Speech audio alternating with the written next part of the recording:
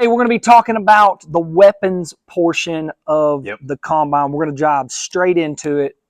Tell us about it, Daniel. Marksmanship course. So it starts off with rock throwing, right, and ends with pistol shooting. The entire event is a progressive through the art of warfare. Yes. And it's really designed to help immerse a man into the heritage of his ancestors. What were the skills essential for a man to know, to provide, protect, and lead his family to thrive in his community and his culture? And I've watched some of you guys throw rocks. You wouldn't have made it in the past. No, right? I am one of those men that would not have made it in the rock throwing stage of history. It's so good. But yeah, I mean, it literally from rock throwing to spear throwing, knife throwing, axe throwing, archery, shotgun shooting, rifle shooting, pistol. We even threw a paintball zip line course, because why the hell not? Yeah, you go check that one out. That was one of those. It's like,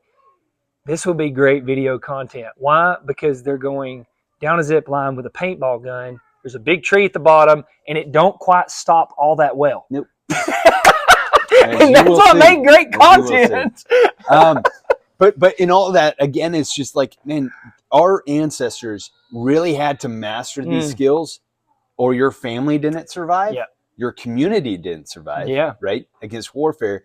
And so at least, if you're not going to master them, right? Yeah. Gain a sense of respect for your forefathers and what they had to go through.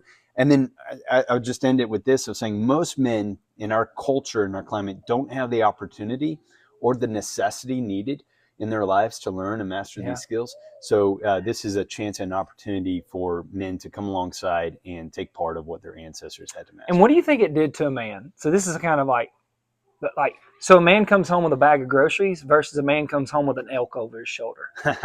Right? Like, what do you think it does to the man? Right? Yeah. And this is kind of our thing in the Caveman Combine, right? It's like provide, protect, all these P's, right? Like there's something it does to a man, right? And it's almost spiritual, right? It's something that God's put in a man, that he's called us to take part in these things because something spiritual happens. A character thing happens, but there's a spiritual element to a guy that's just bringing home groceries from the Publix or Kroger's versus I got an elk that I killed, I gutted, I cleaned, here's my family, and then I sit back and I watch them feast. Like, what is the overwhelming, like, as I watch my family feast and my children be satisfied in their belly and the celebration, and because that's what it would have been like, right? A fire, a celebration, a party, and we're feasting over something that I provided for all this joy to be around. Absolutely. What would that do in you versus, hey, here's the 12 bags of groceries? Well, and I do the 12 bags of groceries too. Yeah, we all do.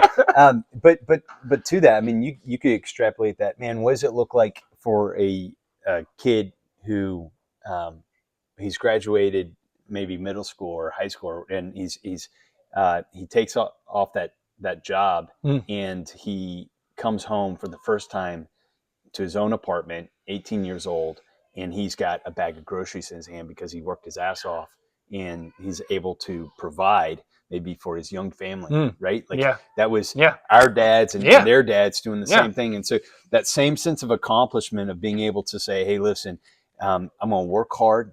I'm going to provide for my family.